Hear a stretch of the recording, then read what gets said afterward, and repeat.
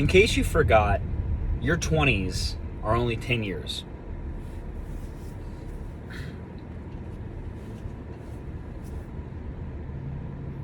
I turned 34 a couple months ago, and I think about my 20s and those 10 short years of your life that we all have. For myself, I dropped out of school when I was 19. By 20, I had quite a bit of success, and those first 3 years of my 20s went really well. Things were going really smooth. Business, life, making a lot of money at that age from what I thought. But then the next 4 years were incredibly humbling, and I basically was broke the entire 4 years, and I really struggled. And then the final 3, I had more success than I had ever created in my life, and praise God, we've been on an up and up. I say that because through that 10-year period of my 20s, there were 4 really, really difficult, challenging years where I really, really struggled.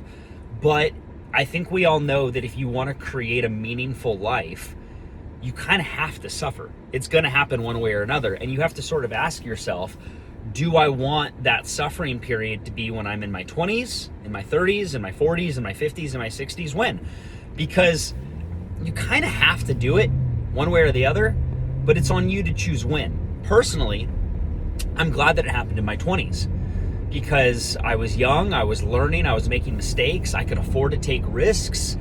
But every decade that goes by, those opportunities become more and more finite. You have more commitments. Maybe you have a wife, maybe you have a husband, maybe you have kids. It becomes more challenging to make those sacrifices.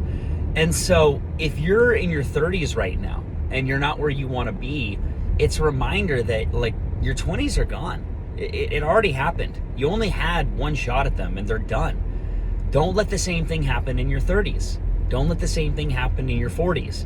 Because every decade that goes by, those risk factors that you have become smaller and smaller windows for you to be able to take chances on your dreams.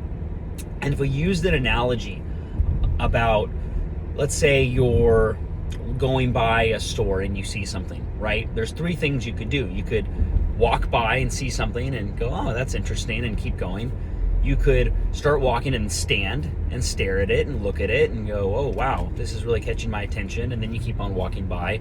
Or you can choose to sit down, right, and just observe whatever it is that you're looking at. And I use that as an analogy for some of the excuses and the reasons why we don't get ahead in life, because we choose to sit in those stories that we tell ourselves. And what I've learned over the years is that if you sit in that, you start looking for evidence as to why things in your life aren't working, instead of looking for all the evidence as to why things can change. And I believe that if you can just keep walking past those failures, those obstacles, because for those 4 years of suffering and anxiety and pain, I still had fun. There's still good times that were had. There was a lot of hard times too, probably more hard than there were easy. But it was still, a journey that I look back on with gratitude. And I think one of the reasons why is because I didn't sit in it.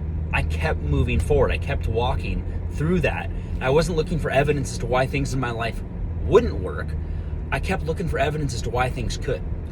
And so no matter what decade of your life you're in right now, I think it's really important that you remember that every decade that goes by, you're going to have less and less chances to bet on yourself. And so you might as well start now.